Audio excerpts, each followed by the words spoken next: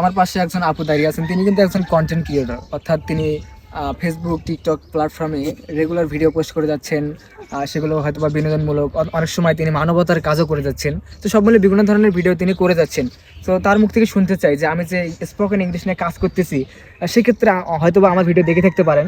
তো আমার ভিডিওগুলো সম্পর্কে বা আমার ভিডিওগুলো নিয়ে আপনার কোনো মতামত রয়েছে থাকলে অবশ্যই আমার অডিয়েন্সের উদ্দেশ্যে বলবেন। হ্যাঁ, আপনার যে কাজটা করতেছেন, আপনি ইংলিশে স্পোকিংটা মানে চালাই যাচ্ছেন আপনি, মানে সবার উদ্দেশ্যে আমি একটা কথাই বলবো, সেটা কি বাংলাদেশের মানুষ কিন্তু ইংলিশে অনেক দুর্বল, জি। অনেক দুর্বল জি। কিন্তু। সো সেখান থেকে আপনি একটা যে সবাইকে ইংলিশ শেখানোর জন্য একটা উদ্যোগ নিয়েছেন এই জি। পেজের মাধ্যমে, জি। এটা আমি অনেক ভালো দিক মনে করি। অবশ্যই আপনি অনেক ভালোভাবে কাজটা করে যাবেন এবং আপনার এই কাজের মাধ্যমে যেন অনেকেই এই ইংলিশে মানে ভালো কথা বলতে পারে। জি, জি, এটা আমার চেষ্টা। আমি চাই যে বাংলাদেশ, বিশেষ করে গ্রাম অঞ্চলে, আমাদের যে প্রত্যন্ত গ্রাম অঞ্চল, এখানে কিন্তু আমরা ইংলিশে অনেক ভয় পাই, যে কারণে শহরে গেলে শহরের স্টুডেন্টদের সাথে আমরা পেরে উঠতে পারি না।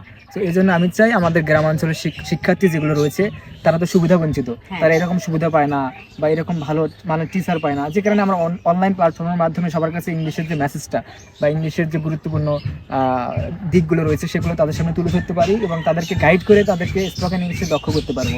এটা আমার উদ্দেশ্য। আমাকে অবশ্যই দোয়া করবেন আমার জন্য, যাতে আমি আমার লক্ষ্যে পৌঁছাতে পারি। হ্যাঁ, অবশ্যই ভাইয়া, তোমার জন্য অনেক অনেক দোয়া রইলো যেন তুমি এই কাজে সফলতা অর্জন করতে পারো, ইনশাআল্লাহ। আসসালামু আলাইকুম। আমার পাশে যাকে দেখতে পাচ্ছেন তার নাম সুরভি আপু। সো তিনি ফেসবুক টিকটকে প্রায় দীর্ঘ 1 বছর যাবৎ বিভিন্ন ধরনের ভিডিও পোস্ট করে যাচ্ছেন। তো আমি একদিন হঠাৎ করে টিকটকে স্ক্রলিং করতে তার ভিডিও সামনে আসলো।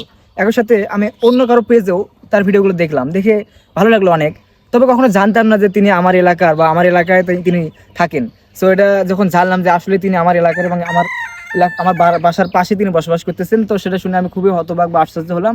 তো আজকে চাইলাম যে আজকে তার সাথে একটু সময় দেই, তার সাথে কথা বলি, তো যাতে একজন কন্টেন্ট ক্রিয়েটরকে মন থেকে অনেক লাভ করে, কারণ তাদের ক্যারেক্টার্স বা তাদের মেন্টালিটির সাথে একজনের মেন্টালিটি খুবই ম্যাচিং হয়, যে কারণে আমাদের মন থেকে তাদের প্রতি একটা টান সৃষ্টি হয়, যে কারণে আজকে দেখা করতে আসলাম।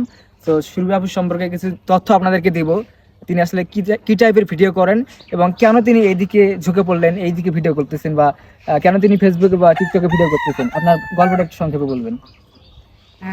আসলে বলতে গেলে কি, আমার এই সোশ্যাল মিডিয়াতে আসার পিছনে একজন আছে, আসলে তার জন্যই আমি এত দূর আসতে পারছি, বা সেই আমার অনুপ্রেরণা। সে কে বলবেন? এটা তো বলা যাবে না সে কে, এটা কে বলা যাবে না যে আসলে সে কে। সে অনেক আপনজন এবং আমার কাছের মানুষ। ও আচ্ছা, বুঝতে পারছি। তো আপনি কেন এদিকে ঝুঁকে পড়লেন, বা আপনার এদিকে ভালো লাগা থেকে নাকি প্রফেশনালি প্রথমে নিয়েছিলেন?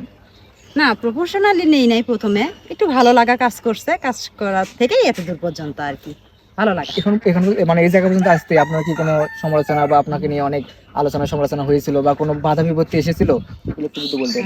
হ্যাঁ, এত দূর পর্যন্ত আসতে অনেক বাধা আসছে এবং অনেক নিজেদের আত্মীয় স্বজনরাও সম্পর্কটাও রাখে নাই আমার সাথে।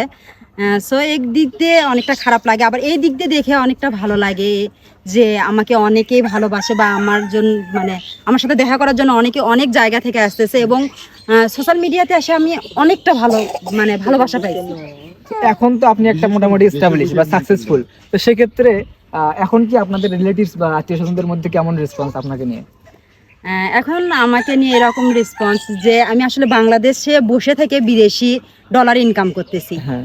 আর বিদেশি ডলার যখন ইনকাম করতেছি তখন আশেপাশের মানুষেরা, আত্মীয় স্বজনরা এখন অনেক খুশি, অনেক হ্যাপি।